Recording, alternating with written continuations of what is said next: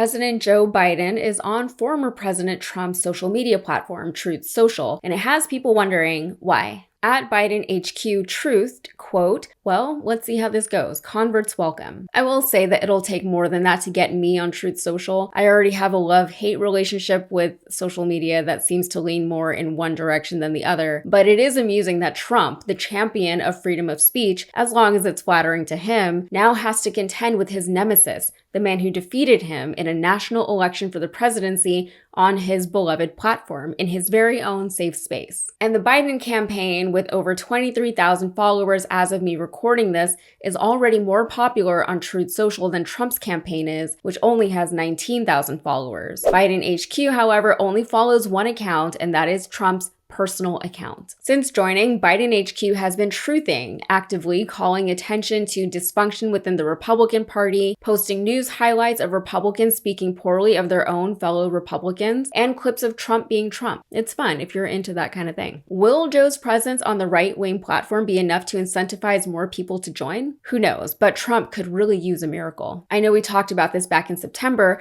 but Trump was having some financial trouble with Truth Social. Truth Social has had a merger pending for 2 years now with Digital World Acquisition, a special purpose acquisition company, or SPAC. The way it works is the SPAC would raise money from investors to buy into a private company before identifying its target. Once the target is later disclosed, the SPAC would merge with the company and help it go public. A private company might choose this option if they wanted to get around some restrictions or requirements that are typically associated with IPOs. But with Truth Social, that merger never happened. It just kept getting postponed, and that can only go on for so long before the deal is canceled, the money gets returned to the investors, and the company gets liquidated. If you want more details on the relationship between Trump Media and Digital World, you can go back and watch that September video. But when I covered this story back then, Digital World was about to hold a shareholder meeting at which they hoped to get enough votes not to close the deal and complete the merger, but to postpone the deadline by another year. The deadline did end up getting extended, but it seems that just a month later, things have taken a turn. Digital World just announced that it would be returning donor money, canceling all outstanding private investment in public equity, or PIPE investments. Originally, $1 billion in investments were committed to Digital World, but over half of that, $533 million, has been canceled by backtracking investors. So now Digital World is returning the money, leaving its committed investments at just $467 million.